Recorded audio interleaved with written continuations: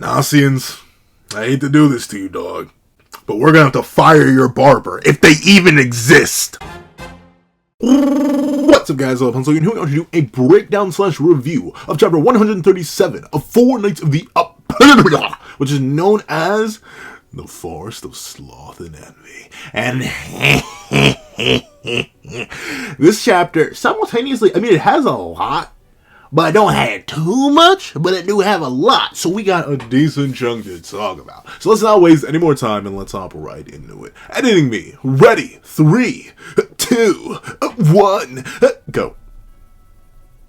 What's up, guys? That guy with a pencil here. Fun fact, I do happen to have it on me and keep it on me at all times. And another fun fact. My goat. We aren't going to see him again for like 5 years. What was a lot, like, we got a little glimpse of him at the end of part 1, but I don't know the next time we're gonna see my boy. Because I love Pellegarde. I know a lot of people, some people don't even have him in their top 5. Like, I don't know. Y'all like stabbed me straight in the heart. Like, when I was reading the comments on the last chapter, I think not the last chapter, the chapter before that, when I mentioned, like, hey, Pellegarde's possibly number 1, maybe number 1, who knows, it's him or Lance. Even then, I don't know. Pellegarde, the thing with Pellegarde in comparison to Lance as characters, Pellegarde hasn't had a Guinevere moment. Or a Jericho moment. Know what I'm saying?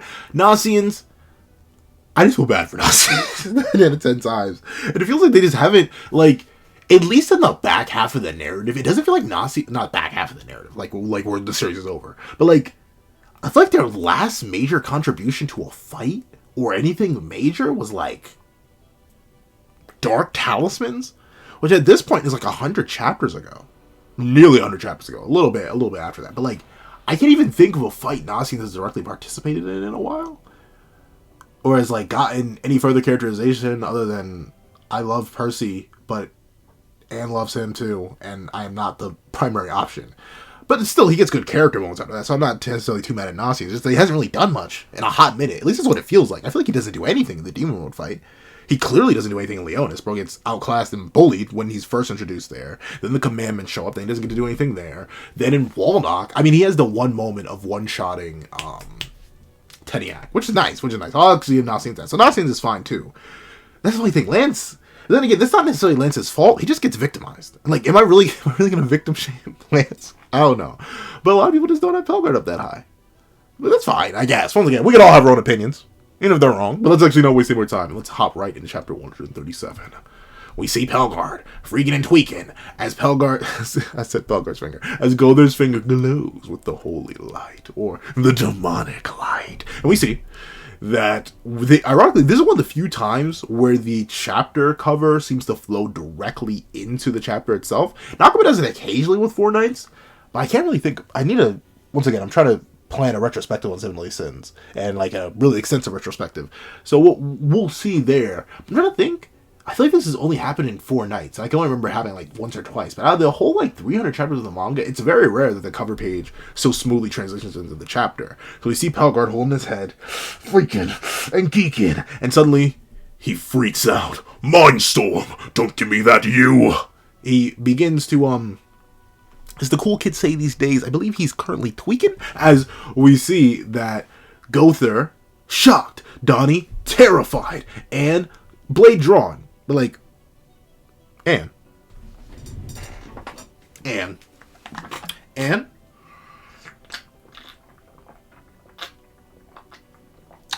Stay hydrated, folks. Anne, young lady,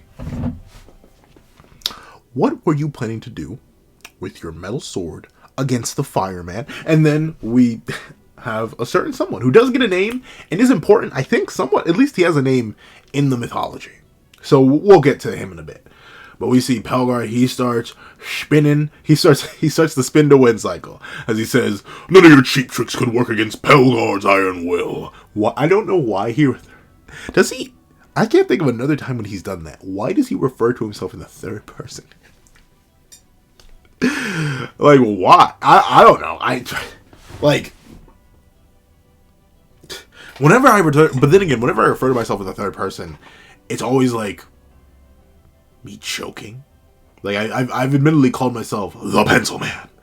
hey, if you ever heard about that guy with a pencil, he might as well be that guy with a yapper. Like I've done stuff like that before, but even then, it's so weird, and it seems like to be in a serious context, because notably, despite what's revealed in this chapter, like they go like the worst possible, not the worst, because it still works, but one of the worst variations they could have done for this massive strategy, as we'll get into. But we see Pellegarde in the third person says, "None of your cheap tricks will work against the Pellegarde's iron will. Besides, you're far too wounded to bring out 100% of your power."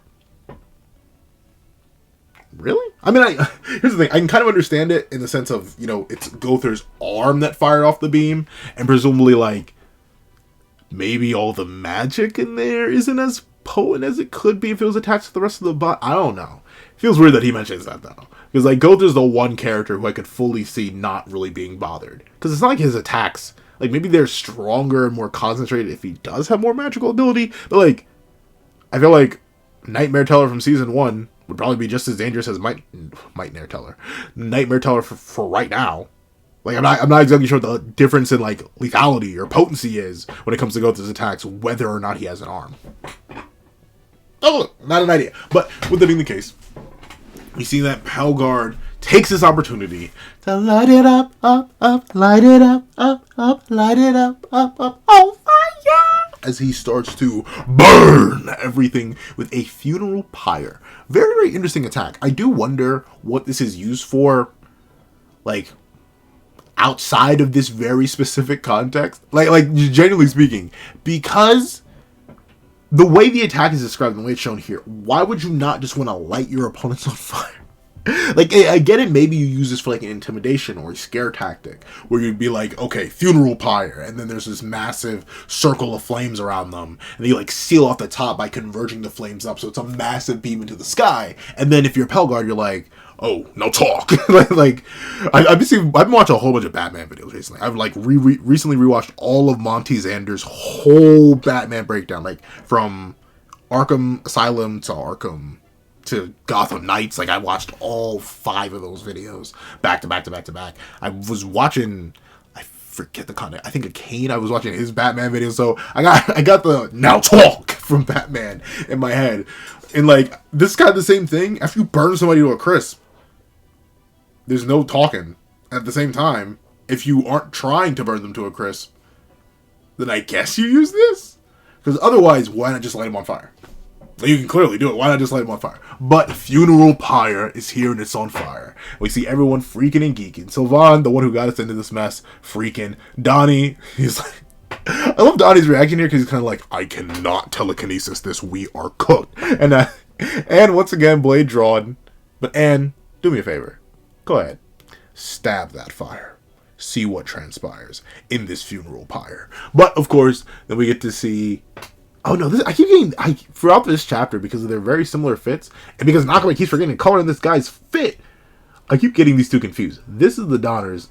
This is He Who Shall Be Named, and we see that Anne naturally realizes, "Oh, we may be cooked." As she says, "A flame storm! It's fully encircled us," and the flame starts to. It starts to freaking geek. And we see the flame just starts consuming everything, bit by bit, piece by piece. Like, you can consume extra content over on Patreon for as low as $1 a month, or a member. Or become a member for as low as $3 a month to get the live reaction to this very chapter. It is 27 minutes long. I talk way too much. But with that being the case, we do get to see. Also, fun fact, go on $25 Patreon or $25 member. You can just order a video. I have to do it. I am legally bound. Consider it a binding vow between the two of us. But with that being the case, we do get to see that as everything burns, Donnie's like, well... It's been real and it's been funny, y'all, but, we're cooked. Quite literally in this sense. It's all over. How the heck do we escape this? Yeah, I wonder, like, I guess Donnie can't fly still? But, like, considering he's not in on the bit that Gother established here, it's not like Season 1 where the magical attack that was used to convey this particular plan was broadcasted through everyone's head. I literally just said the magic name anyway. But it's not like this was used on everybody. But at the same time, Donnie, I guess you're able to, like, catch yourself. You were able to lift everything but yourself?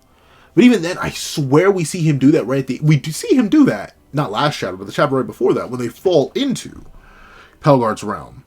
He literally So maybe he can only stall himself in midair, but Donnie, I feel like you could easily rise up out of this, especially since the top seems to be open. It's not like it's a closed dome, but regardless, I get what has to happen like this.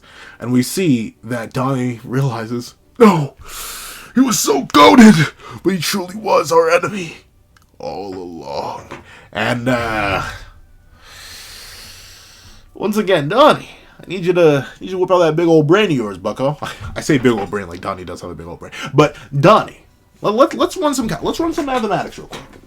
So, you've seen Pellegarde fight before. You've seen him light people on fire before. You've seen him send out streams of flame. And you mean to tell me he covers you in this oddly specific, very perfectly clean shape to, I don't know, maybe cook you alive instead of... I was about to say, like, he makes his whole complex structure to cook you alive instead of just cooking you alive, basically. You really think he was your enemy?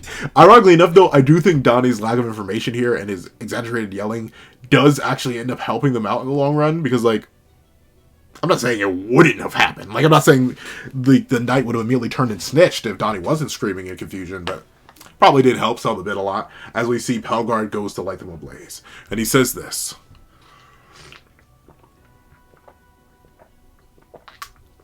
Stay hydrated, folks. Anyway, don't you resent me for this? That vortex of flame converges towards its center, burning down anything within its range. So we see everyone start to get cooked. The only one who doesn't sell it quite cleanly, because, you know, they're inorganic, is Gother. He's kind of just like, Pellegarde, couldn't you use a more interesting attack? Seriously? You gotta go with a funeral pyre? Could you make it any more dramatic? But of course, we see Donnie, he begins to cry and scream. I don't know, it's just, and I guess, like, you put me in that same situation, and I also would likely just cry and scream. But come on now, Donnie, you gotta fight back a little bit more. Gother's just, I am the vibes. Gother is very much big chillin', and we see Sylvain, once again, the reason we're in this mess, he's like, the consequences of my actions are coming to haunt me. And they are, in fact, coming to haunt him. Bro is serious inhumane about the trouble right now.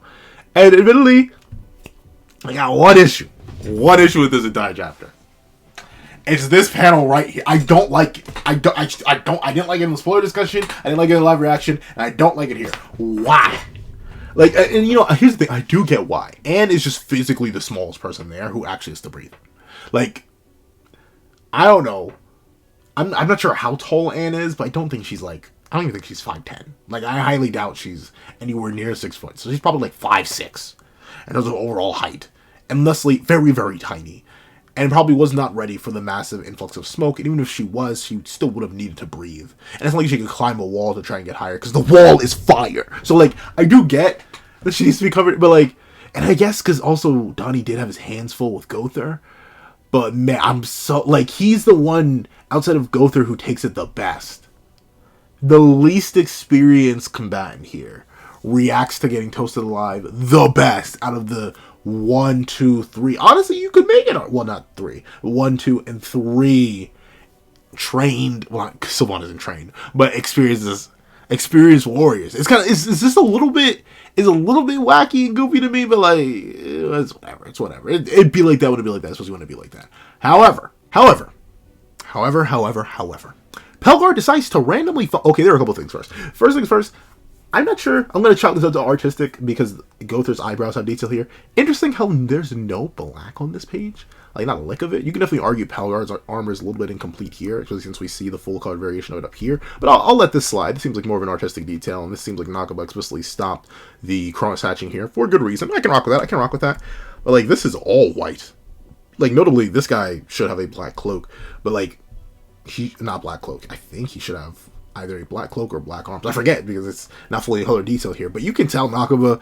It's always interesting because I always assume Nakaba completes the chapter. I mean, how do I explain this? I think Nakaba completes the general sketch of the chapter first, just to figure out, okay, this is page 1, 2, 3, through however many pages the chapter is going to be.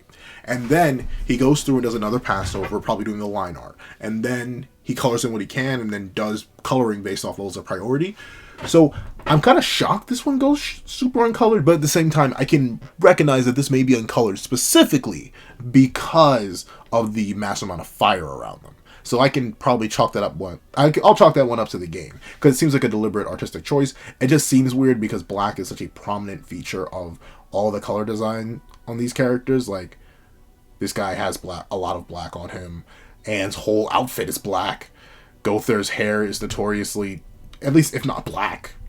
No, it is just black. Same thing with Donnie's hair. So it is a little bit weird to see. These are things I always love going and getting the volumes or seeing the volumes, because I don't know. Them things are expensive. But, like, I always love seeing the volume redos on things like this to see if Nakaba comes over with another pass at these and ever inks them in or not. There are some times where he does ink them in, and I'm like, okay, that was just a week by week mistake. But there are a lot of times where he'll just not do it, but he'll change other things in a chapter, which were already complete or something like that. So I'm always interested to get a glimpse at Nakaba's thought process, especially on the artistic level. Once again, he's pretty much the only mangaka I know. Admittedly, are the ones I mainly talk about. I know I do not know every single mangaka. I will not even pretend to delude myself into thinking that I do know every single mangaka.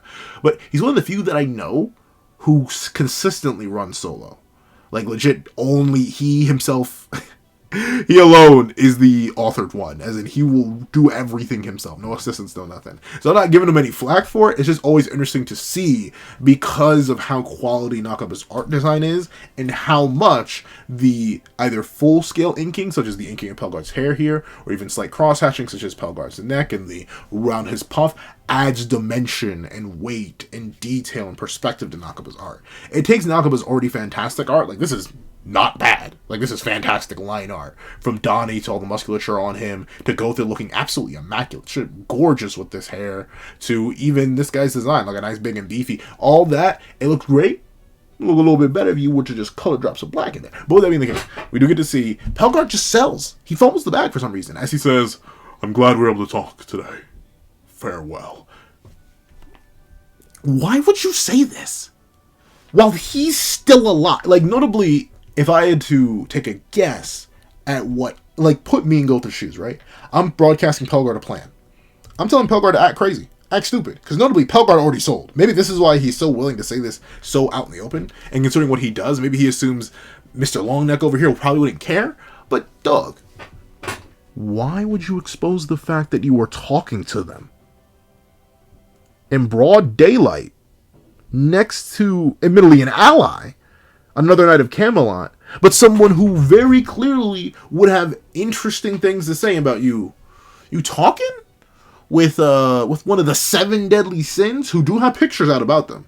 We can maybe excuse the 4 knights and their remnants, because apparently only recently their appearances and current visual information has been spread about. Their lore has been spread about, their magic has, to the point where Anne is well known throughout Camelot as someone not to mess with due to the nature of her magic. But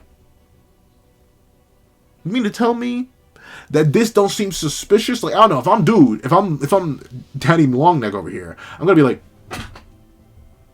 what do you mean by that? Like I'm gonna straight to be like, what do you mean? What do you mean talk to them? You were speaking? Like, on good terms? Personally, if I was Gother, I would have just made Pellegarde go nuts and have him light us up.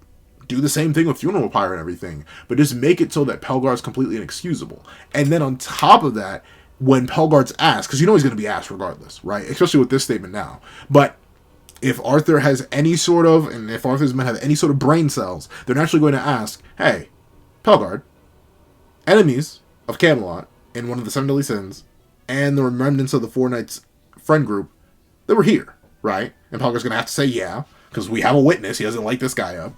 And he's going to be like, huh, okay, so they were here, and you talked to them? Personally, what I would have done is I would have made Pellegarde, if I was Gother and I was broadcasting the plan to Pellegarde, I tell him to completely get out of this scot-free so we can keep you as an undercover sort of asset in Camelot. Say that you were under my control the entire time. Essentially, say that we ambushed you at your home, I immediately hit you with invasion magic, and forced you to give us information. It was not a cordial meeting or a cordial talk. Of course, the issue is Fiona and Richard would probably have different things to say, considering they were so casually welcomed into the house. But even then, you just write that off. Gother got me while I was off guard. And Arthur knows of Gother's abilities. He'd be like, oh, well, shoot, if you're under control the entire time, there's not much I can do about that. He may try to, like, purge you of any invasion magic that's left over, but that's still a thing. I would have played it up more. It feels like Pellegarde gives the game up a little bit too easily here. But maybe this guy's just stupid. Like, oh, what the heck? That's That's scary. What was that? But like maybe Pellegarde's just, or no, maybe this guy's just stupid. Like I don't know. Maybe that's it. Because for some reason Pellegarde is more than willing to say, "I'm glad we're able to talk today. Farewell." But then again, I'm the reader, so I have a higher view, quote unquote, of the narrative. So maybe that's my paranoia kicking in. I don't know. I would have played this differently if I'm trying to keep Pellegarde safe. Because Pellegarde is a massive asset. Don't get me wrong. The fact that he is a sympathizer with our crew, big, huge, humongous. He can actually be used to help out and give information on Camelot every single time they run into him from now on. And this basically hard guarantees that unless another Chaos Knight is with him, like say he's rolling with Ironside or Beltripe or the last of the four evils, if he just runs into them one-on-one, they can just swap stories. Or Pellegarde can just give them information. Which is very, very useful. So I get wanting to keep Pellegarde around, but I feel like you could have played this smarter, Big Pal. But I hope this guy's just stupid. However, we do get to see the funeral pyre roars in a massive blaze, burning everything to oblivion. And Pellegarde stands there, posted up, looking metal as ever. And unfortunately, our casting crew, how scrumdily up is our casting crew? They were burnt to a crisp, annihilated. Look at the fires, the blaze burning up, rising into the heavens.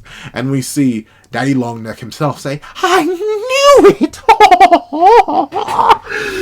I knew you had it in you, Sir Pellegarde. There's no saving them now. They're cooked alive. Unlock the girl's rapier."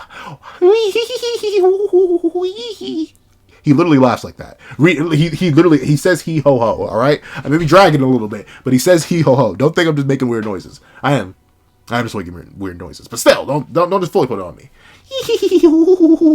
What a menace you are. I see why they call you one of the four evils. Now, empty pups of mine. Let's do a little dancey dance. And they literally hit a little dancey dance. I mean, this does inspire some false hope that this guy's neck isn't actually this long. But like, why do you have the pointer thing then? You could just point at your face here. This doesn't seem like a weapon of any sort. So I think Rose's face is still all the way up here, but maybe based on this panel alone, his face is somewhat down here, which would make more sense and not make his anatomy super duper freaky. But of course, we see as they do the little dancey dance, or seemingly the annihilation. But the thing is though, like, I guess you can always just blame it on Gother retroactively, and it's obviously Pellegarde's word against this guy. So I guess Pellegarde's safe. And we see Pellegarde looks on, and as they're doing the little dancey dance, he's like, "Let us meet again, oh friends of the hope." And we see that the cast and crew is in fact just fine. Because of course they are. Anne wakes up a little bit toasty. Somebody wakes up a little bit toasty. Sylvan, can horses sweat? Well, I know this is a fancy mod, but like, I want to genuinely, for all my horse people out there, I know there are some of y'all in the comments, can horses sweat? Is that a thing? Like, can you see it when they sweat? Because like, they're covered in fur. Like, I don't think I've ever seen like a horse sweat before. But interesting. Cooked him a little bit, and even Donnie's lit up.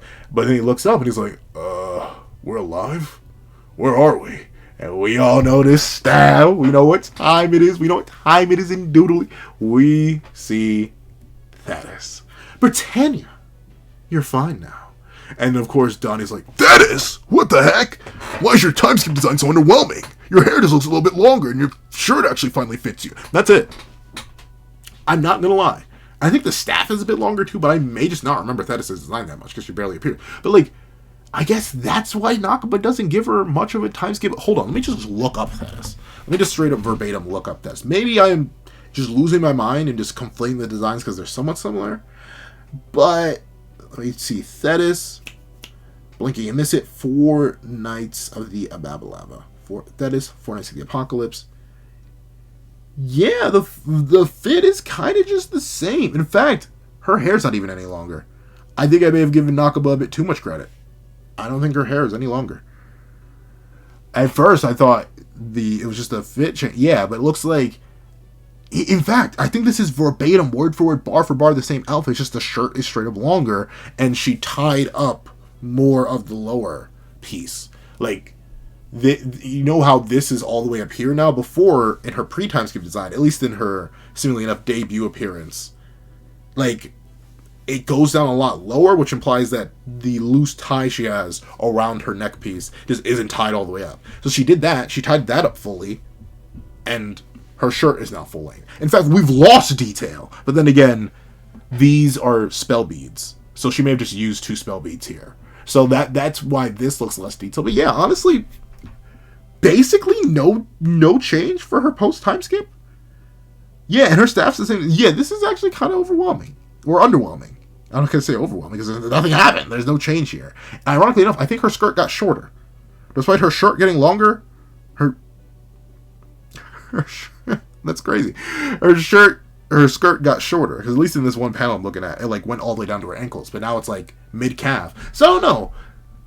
I think our genuine first miss in terms of a time skip design. And the reason I'm looking for a time skip design from Thetus is she's 16 too. Like, notably, I understand King not changing too much, or Diane not changing too much, or Mel not changing too much, or even Bond not changing too much. 2 years, whatever. But like, Thetus, come on now. Why not? Why no fit check? Just slightly altering the fit does not count as a fit upgrade. Look at Donnie. Sure, he may literally just have Hauser's outfit. Like, literally 4-night manga Hauser's outfit, except for with a V-neck instead of a regular tank top. And sure, Anne is just in another dress corset top combo, but at least it's fundamentally different from her previous designs. Same thing with Donnie's design. What the heck, man? I don't know. I guess Nagaba just ran out of juice, but I guess not. But here's the thing. I guess if I'm Nagaba and I'm optimizing like who I'm actually going to take the time to redesign, that just isn't that important. Or at least presumably not to this point. She's going to repair Gother, apparently, but she's not that important. So interesting. But we see that Gother gives her praise as he stands on one leg. As he's like, you came through for us, Thetus. And we see that Thetus reveals, yeah, thanks a lot for occupying my entire lunch break. Question. What do y'all think Royal Mages do? Like, in their in-between, like, on their off time? What do they do? Do they check their scrolls? But wouldn't that just be regular? Like, what does the Royal Mage do when they're not officially Royal Maging? Like, what is their off time? Not even in the sense that they could just chill around and do nothing. But, like, what do Royal Mages do in general, even when they're on the clock? Like, maintain barriers, I guess, and make sure all the barriers are maintained, do magical surveillance? I don't know. Very interesting. But apparently she lost her entire lunch break. And we see that Donnie's like, Gother. Not gonna lie, you're still coded, but I'm a little confused. How do we survive that? We were surrounded by flames, and then we're back in Britannia? And we see that Gother's like, oh, well, that whirl of flame consumed all vegetation around us and our group, creating the ideal space for a door to be generated for us. That's a nice little detail. That the funeral pyre, since it's basically a perfect circle, was able to meet the door requirements. And notably, look at their space. It is relatively big enough for a door to go unnoticed. In fact, look at the circle that's left. It's perfectly shaped and perfectly scaled for the size of the door as we knew it. So that's a very nice little detail there. Interesting how they didn't realize they fell through the door, though. Did, like, Gother drag them through it? Does the door have a suction effect? Or did that literally just... and then they fell and passed out for a little bit? Or just were shocked and bamboozled? Because they seem to wake up here. But they're just falling on their heads, so who knows? However, we see that Anne was like, oh, so it was pure luck? And Gother's like, I see. You did not read the original series, 7 Deadly Sins. Don't worry. No. Pellegarde's help was a must for it. And we see that Donnie and Anne are like, Nani Daisuke? As Donnie naturally asks, but didn't he attack us? And we see Gother reveal, yeah, you're right, I knew it. Do you recall the spell cast by the severed left arm of mine? That is called Broadcast. Through it, I transmitted information about how the door will work, and told him to make it look like I attacked him. So, Gother did use Broadcast. I thought the attack looked really, really similar. Like, it looked verbatim like Broadcast, and since it didn't immediately, like, mind-wipe Pellegarde, I figured, plus the fact that Pellegarde soon was an ally and an asset, it wouldn't make sense to mind-wipe him, so I am glad that for once, you know, your boy theory crafts a little bit, and I do recognize an attack that was used. Very, very nice. Very, very nice. Though, admittedly, I guess, you know what, no, it still works out. Because Pellegarde, if Pellegarde gets away with it, and Daddy Longneck over here isn't the sharpest foot in the kitchen shed, as he presumably isn't. I mean, see how much brain space bro has? Probably does not have anything up in there. But with that being the case, it's very likely that Pellegarde should be fine anyway. He should be fine. But I'm just worried about him getting tortured for information. Like what is he going to go to Arthur with, right? Because, like, even just the mention of having one of the 7 deadly sins and the remainder of the 4 nights in his realm at all, If I'm Arthur, that's raising red flags. As much as I trust Pellegarde, that's raising red flags. What you mean you had him? And they got away. Even if he comes with the perfect story that Gotha controlled him the entire time, okay. Did you get any information out of them? Pellegarde's gonna have to verbatim lie. Because, like, even if you can argue that Percival being alive isn't major information he should be legally obligated to tell Arthur as one of his knights. Duh. The ability to control that door, that's going to be... So I feel like somehow that's going to come back to bite us in one way, shape, or form. But we see that Pellegarde is revealed to have been very, very devious, very, very clever. As he says, he was clever enough to create that flame, hiding us from the other Chaos Knight, and ensure we had a safe escape route. And Anne, I'll make up for your rapier later. And we see Anne is like, Nani desu desu no? As her rapier is gone, and he reveals that I made sure it was left there for evidence. That way, nobody will suspect Pellegarde did a thing. Once again, if the idea was to make Pellegarde seem as unsuspecting as possible, I feel like he could have played that better. I hope he still plays it well enough that he doesn't get got. I highly doubt we're going to get rid of Pellegarde this early. I don't think, until we get more of a development between the relationship of Percy and Pellegarde, I don't really, let me think. Yeah, I don't see Pellegarde perishing anytime soon.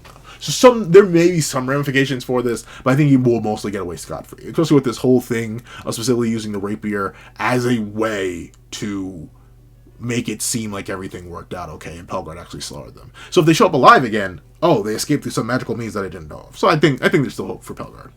And we see that Donnie reveals, and gets Gotha to reveal, that Mindstorm isn't actually a thing. As he says, so, that whole Mindstorm thing you cast on him? I just made that up. Unfort, but like, Gotha has 15... Like, honestly, being real with you, if I'm Gotha, everybody's getting lost worlded immediately. You don't have memories if you fight me. He doesn't need Mindstorm. And if he still wants Mindstorm, he has Nightmare Teller. If he doesn't have that, he has Jack. Like, bro still is stupid cracked with his existing abilities. So sure, am I a little bit sad that Mindstorm isn't actually a thing, especially since it is a relatively cool name? Yeah, but at the same time, Gotha's broken enough. He doesn't need it. So we see that Donnie's like, well, I always knew Pellegarde was a good guy. And luckily enough, my beloved daughter Anne immediately says, that's not what you said literally 2 seconds ago. Which is hilarious and accurate. And we see that Thetus is like, okay, I like that you're all having your little stupid family reunion, but we need to know, what did you learn this time? And we get the big juicy drop. Well, not the big juicy drop, but reiterations of some things. But admittedly, they don't tell Thetus about the nature of Camelot immediately, which is weird. I'm shocked that they don't, but I guess it's relatively unimportant. But I still say the way that Camelot's maintained and the fact that their escaping does have a drastic effect on everything, I feel like they should have mentioned that, but if we're trying to be quick and concise and what they mainly went in there for, this is the more important thing, and this is where things get chaotic. As Anne says, a decent amount of information, yes, but still not very much about the Cauldron of Anfuin. And we see Gotha reveals that, and they still have some fearsome competition on their side. Which is interesting. I really wonder how strong Beltripe is. Because don't get me wrong, Gotha's him. Nobody's like weird him, if you know what I'm saying.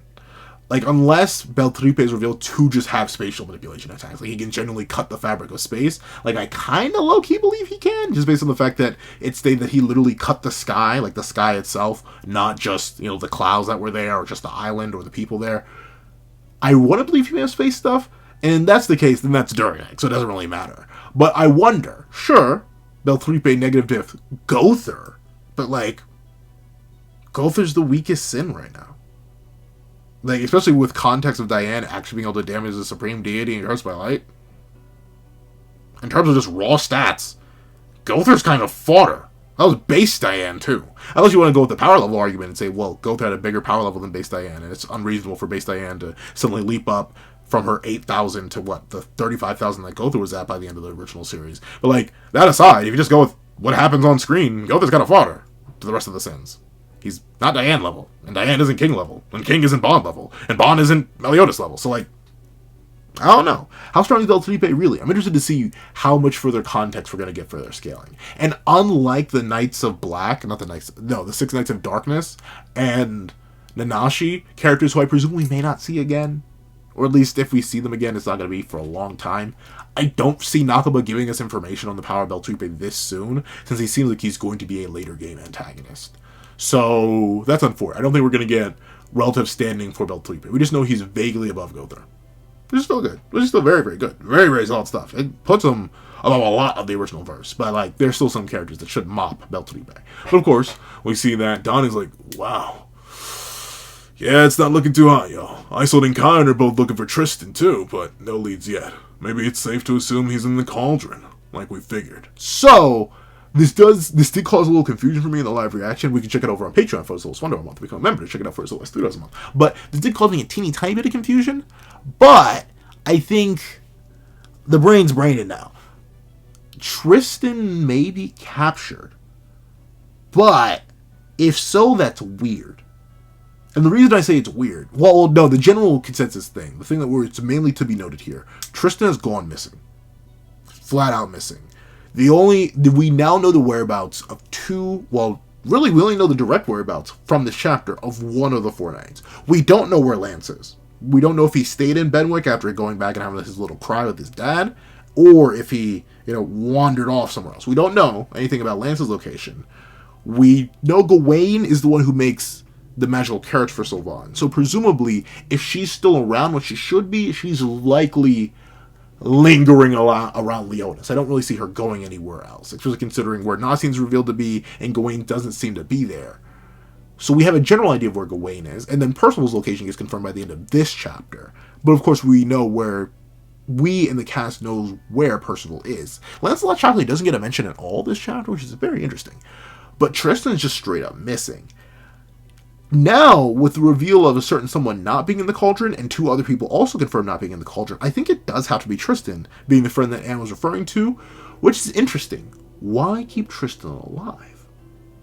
Like, if I'm Arthur, I guess he's half human, but why not off him? He's the child of your greatest enemy. Are they just keeping Tristan captive because they're worried about Meliodas' wrath? Well, tough noogie, bruh. He can't reach your realm because he's not a human. So, like, I'm not exactly sure. If Tristan truly is captured, why was he not on the execution list? I know Arthur may be like, oh, well, you know what, the knight is already cooked, so there's no real need to do it. But, like, Arthur, he's the son of your worst enemy. Like your worst, like your biggest op to this day. It is Meliodas, for the most part. So, like, dude, why keep him alive? I don't know, that's interesting. I wonder if he's actually in the cauldron, or if Tristan's just gone on a solo training arc. Notably, this is kind of hinted in the volume extras for the latest volume of the manga that came out recently, with Tristan being extremely furious with Percy for abandoning them as he did. So maybe he's just gone on his own solo training arc to try and make up for the loss of Percy. But even then, I don't think he would do that of his own free will.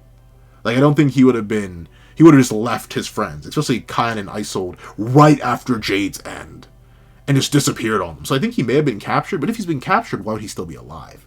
Very, very interesting stuff here that's into that. I'm wondering. However, we do get to see that Donnie's next question is, hey, is his Majesty doing okay? Which is a nice, sweet question, because it comes from the fact that Donnie is obviously worried about the worries of a father for his missing son. I can't imagine Mel's in the most calm mental state right now. I think Lance is fine, though.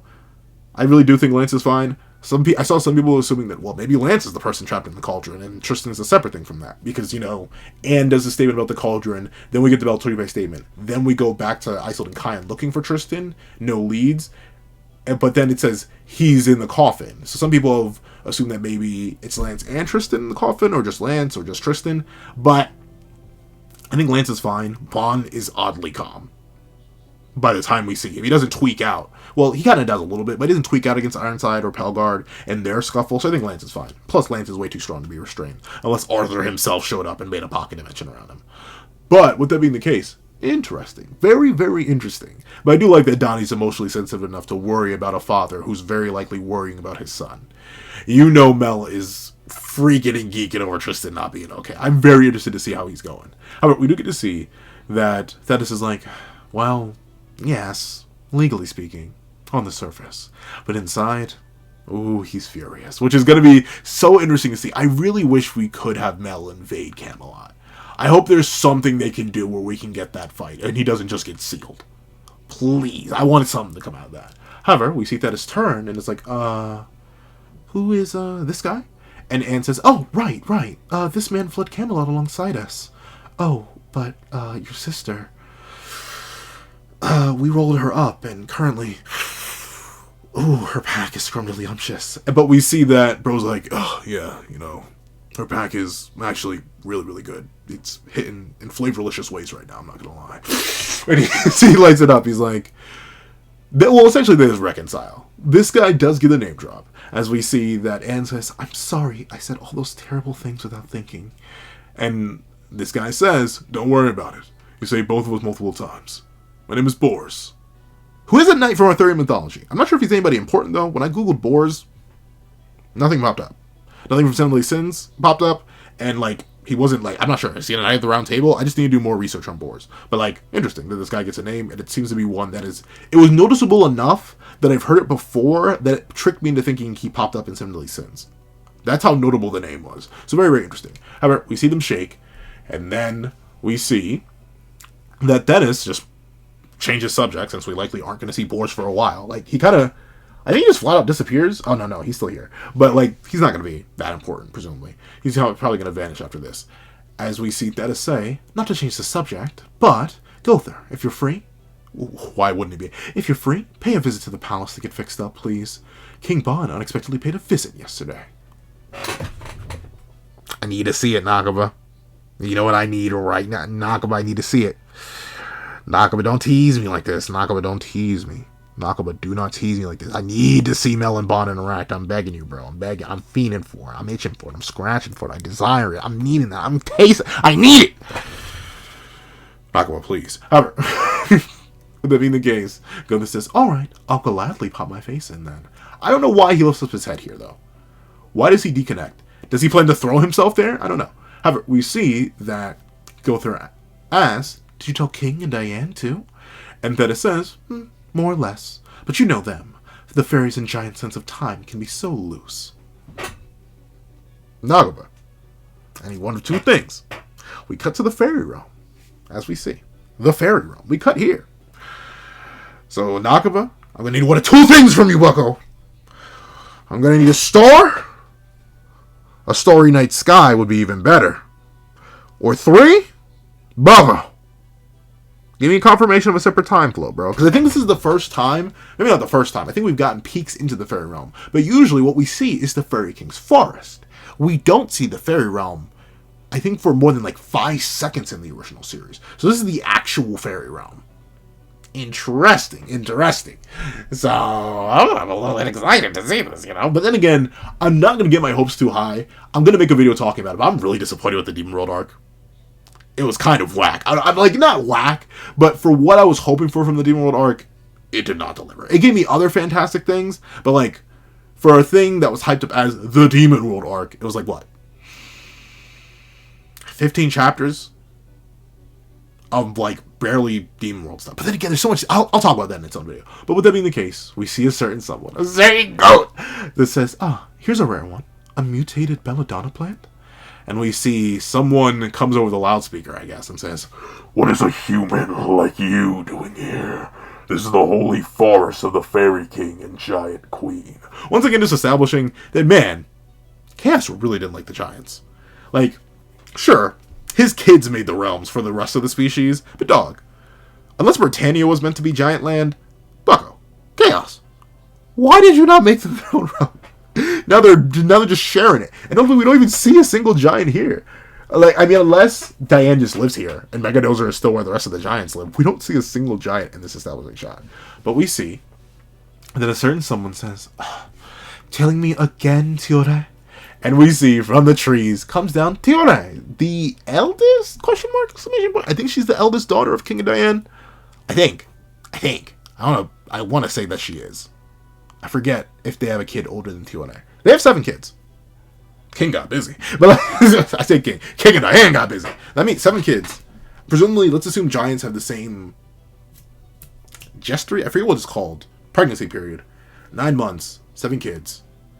18 years. But I think they're confirmed to have 7 kids before the 2-year time skip. I don't think Diane was recently pregnant. Like, she doesn't even look pregnant. Then again, 2 years is not gonna happen in 2 years.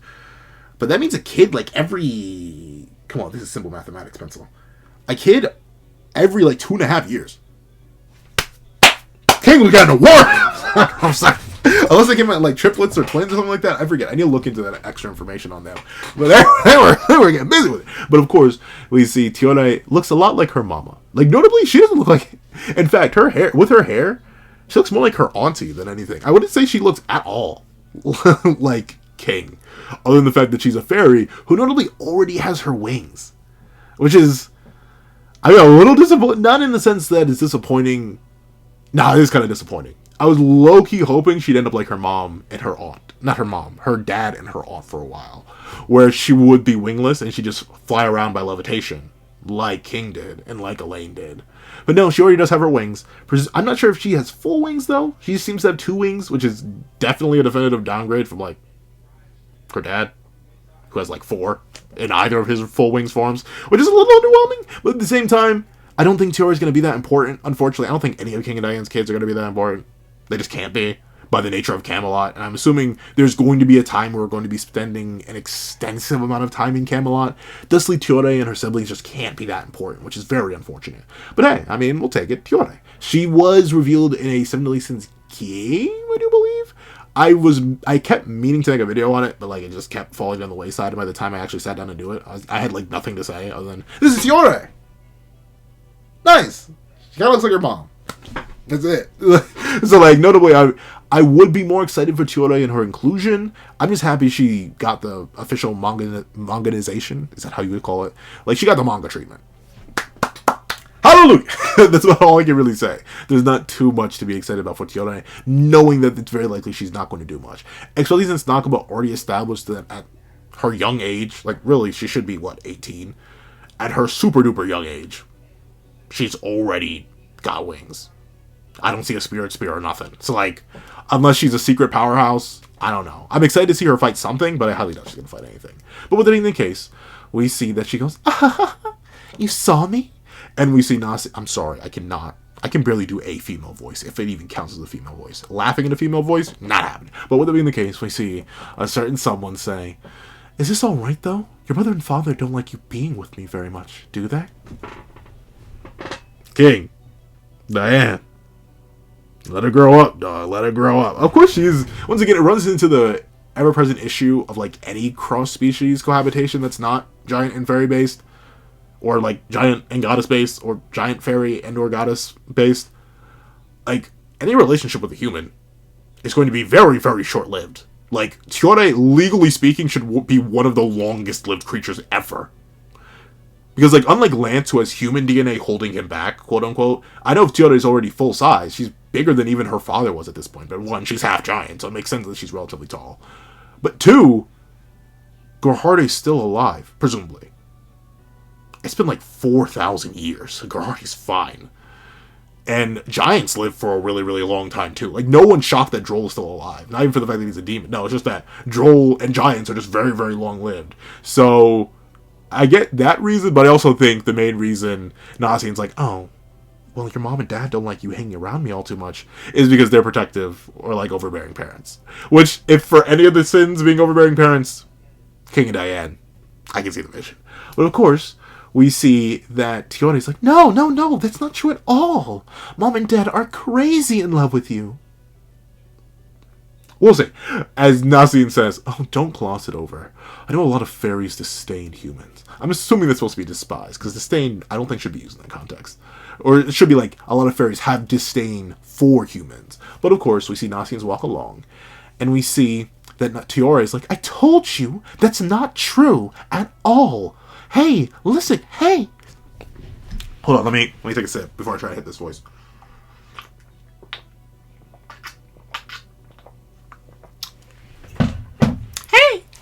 I can't do the Navi voice, but that's what this immediately reminded me of. And she tears the long behind hat off of, listen to me, Nasian. I'll admit, I kind of lost myself in the hype of just Nasians being alive and not in the coffin.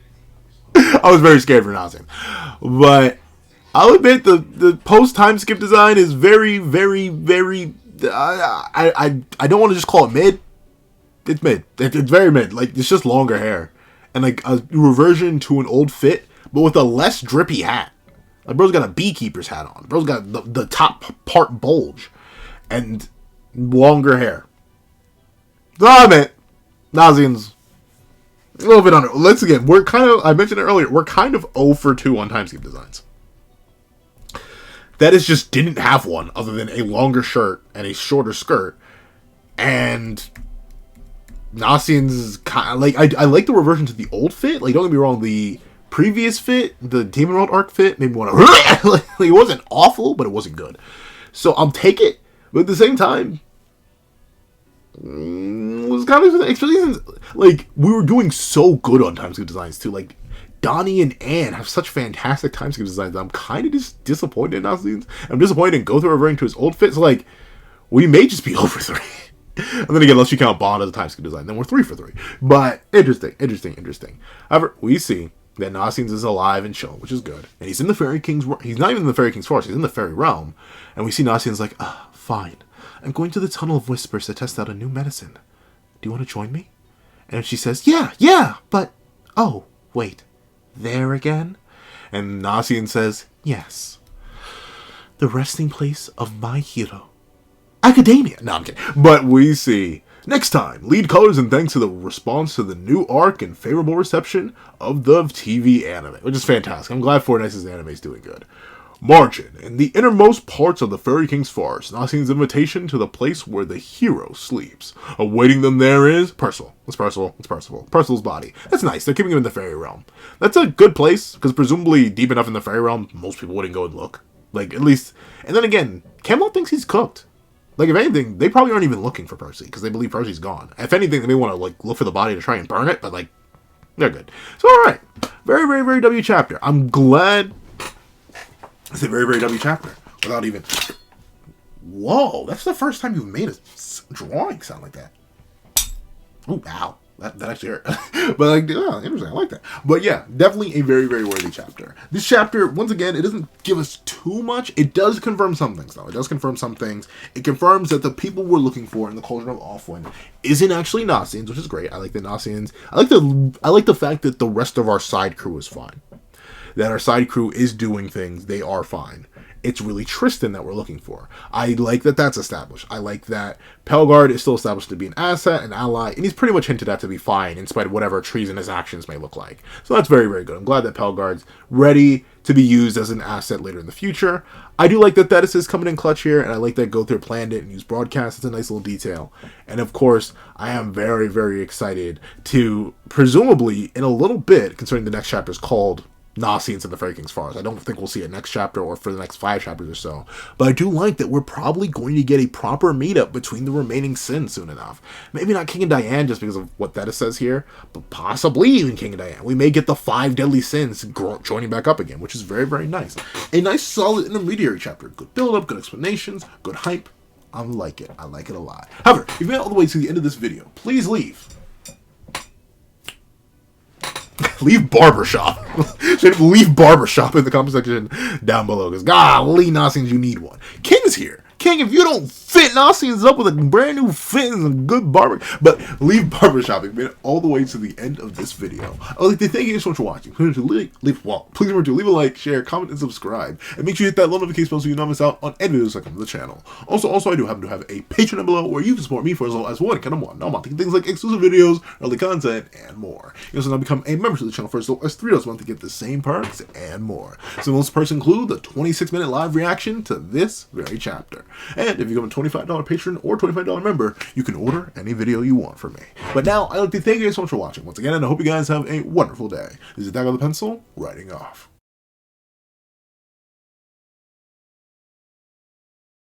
I'd like to give a thank you to our $3 members, Recliner Plays, Red Wolf 4765, Greyhound, and Atkins Void. I'd like to give another big thank you to our $5 patrons, Victor, Sean, RNG Master, Midnight Gemlord, Metal Solid Crisis, Kevin, Igneal, and Demix LND. Another scrumptious thank you to our $7 members, Autumn, Mornings, Lazo, and Sick Addiction.